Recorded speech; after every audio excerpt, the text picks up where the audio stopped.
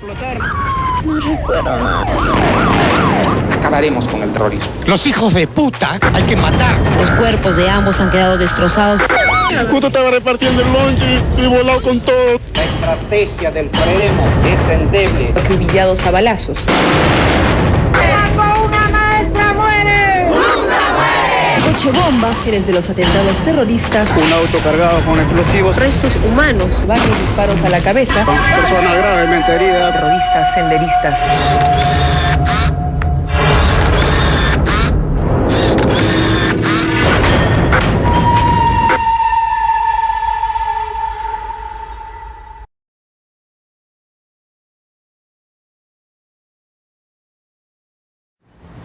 Fue por el año 1992, estaba caminando por la orilla del río Rímac y ahí fui interceptado por dos policías.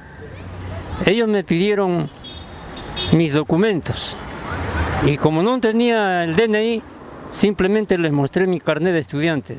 Entonces eso fue motivo para que ellos me trataran groseramente, me dijeron: tú eres terruco, así que nos acompañas.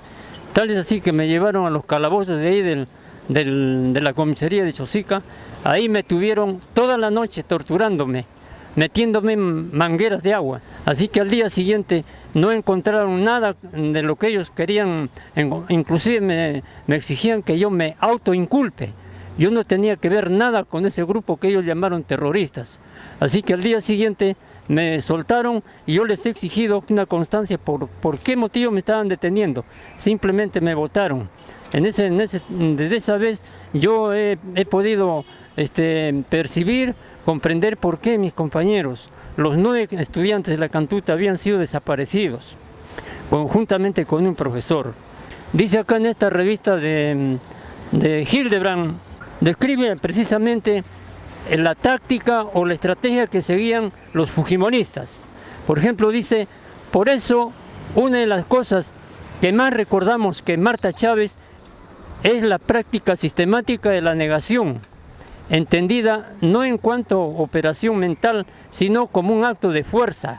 Es emblemática su defensa de la tesis de la culpabilidad latente, aplicada contra cualquier víctima de abusos militares durante el gobierno de Fujimori.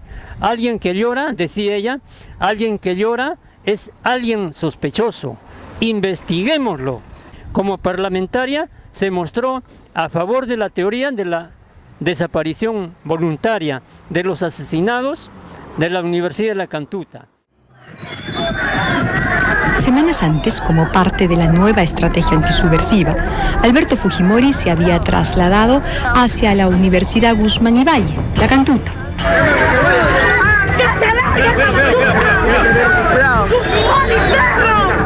Lo recibieron a pedradas y al final no pudo ingresar. A raíz de ese episodio se ordenó que se acantonara un destacamento militar y se infiltraran agentes de inteligencia entre los alumnos. Y 2 días después, siguiendo las mismas reglas del ojo por ojo, Fujimori dispuso el operativo de la Cantuta. Una réplica que se llevó a cabo el sábado 18 de julio de 1992. En la madrugada, 9 estudiantes y un profesor fueron secuestrados por el Grupo Colina, apoyados por los soldados de la División de Fuerzas Especiales al mando del general Luis Pérez Documento. A mi hermano lo desaparecieron un 18 de julio de 1992. De mi hermano no encontramos totalmente nada. Supimos de mi hermano que ya no estaba con nosotros cuando, después de un año en las fosas de Cieneguilla, fueron desenterradas por el fiscal Víctor Cubas Villanueva, y donde se encontraron las llaves de la casa y las llaves de donde él vivía en el recinto universitario en la Cantuta. Nosotros no hemos logrado encontrar nada, el cadáver de mi hermano, y el Estado hasta el día de hoy no se ha preocupado por saber dónde están los desaparecidos. Lo que yo le pido al Estado es que investigue en dónde está el cuerpo de mi hermano y de los demás estudiantes, ¿no? Al llegar a la altura del campo de tiro en Huachipa, los 10 secuestrados fueron ultimados a balazos y enterrados con apuro. El hecho no salió a la luz inmediatamente. En esos días violentos, el paradero de los estudiantes y el profesor se convirtió en un misterio. Para el gobierno el objetivo se había cumplido.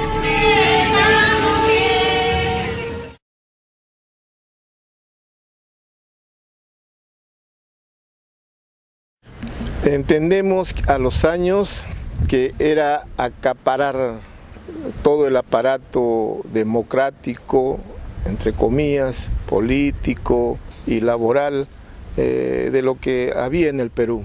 Como hubo una colusión, ¿no es cierto?, de un autogolpe con las Fuerzas Armadas y por lo tanto quienes al recuerdo protestábamos de alguna otra manera éramos indicados como terroristas. No había cómo de alguna otra manera evadir esta situación y lo digo en habida cuenta que hemos tenido la oportunidad de recorrer el Perú y hubieron compañeros que los conocíamos de muchos años y pues ahora ya no nos acompañan porque fueron sindicados como esto y desaparecidos. Y paralelamente hubieron actos, ¿no es cierto?, de terror de Estado a través de Fujimori y las huestes militares de estudiantes de la Cantuta, por ejemplo. Entonces era acaparar todo el aparato, ¿no?, por las huestes de Fujimori, que se entendía que para los trabajadores o los trabajadores también éramos una parte de que no le convenía a Fujimori por nuestras protestas y por lo tanto no hubo más que algunos desaparecerlos y a miles y miles despedirnos y hacernos pasar peripecias en esos años. Pero bueno, resistimos un tanto y a la oportunidad que nos brindan, aquí estamos, de esta parte, ¿no? Pero lo crítico para nosotros, porque fuimos también despedidos, es que simplemente logramos la reposición al trabajo, más no esos años que estuvimos afuera, más no ese perjuicio económico y algunos otros. Bueno, en fin, nosotros estamos como estamos, pero si nos ponemos en el caso de algunas familias y algunos compañeros que ya no están, eso es irreparable.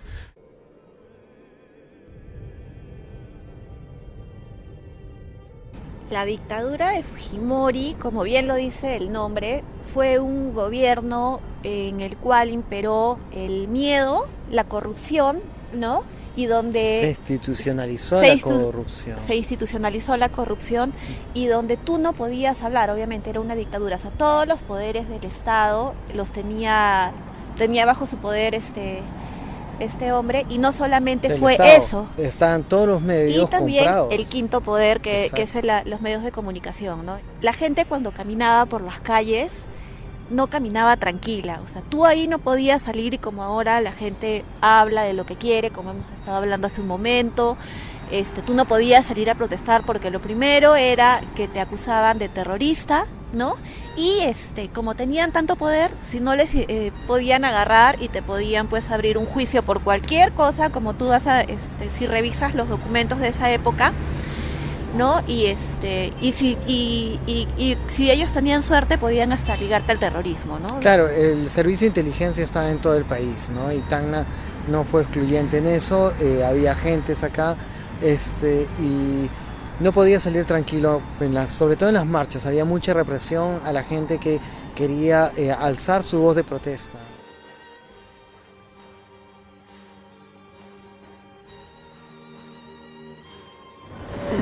Naturalmente, pues, como una japonesa va a tener algo de sentimientos.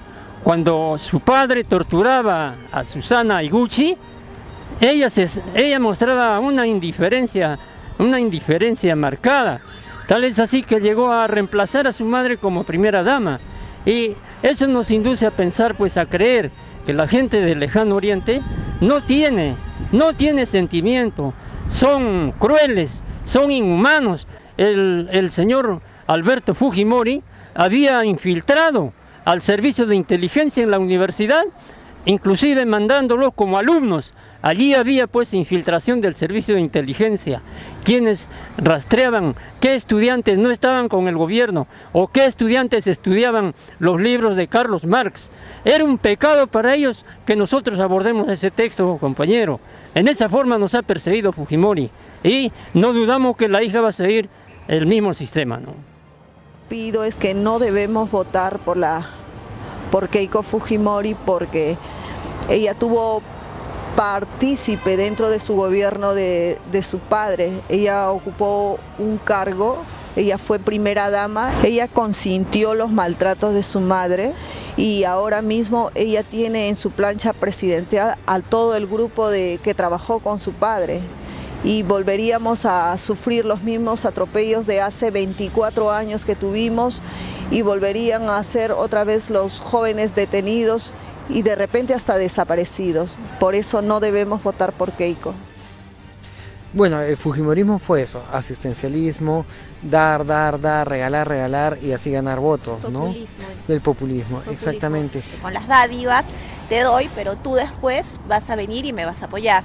Entonces, es más, había marchas, yo me acuerdo haber cubierto algunas marchas de Vamos Vecinos, si no me acuerdo, era uno, donde después de las marchas a las mujeres les daban su bolsita de arroz con leche, ¿no? O sea, era la dádiva para que pudieran participar en estas multitudinarias claro, marchas que eran después pagadas. Hoy en día tenemos adelantos tecnológicos muy importantes, ¿no es cierto? El internet, la computación, y ahí podemos ver la historia, las declaraciones. Entonces estos jóvenes que lo analicen, lo vean ellos y sacar sus propias conclusiones. Son hechos que se han dado y por lo tanto a esa convicción de analizar estas situaciones los jóvenes verán el rol que les compete para que la historia no se repita, para que nadie nos esté engañando. Pero bueno, ya nos tocó vivir eso, pero no quisieron que nadie lo viva lo que nosotros vivimos, los jóvenes de hoy en día y los de mañana. Entonces hay que reflexionar mucho en esto. En esa época el fujimorismo controlaba todo.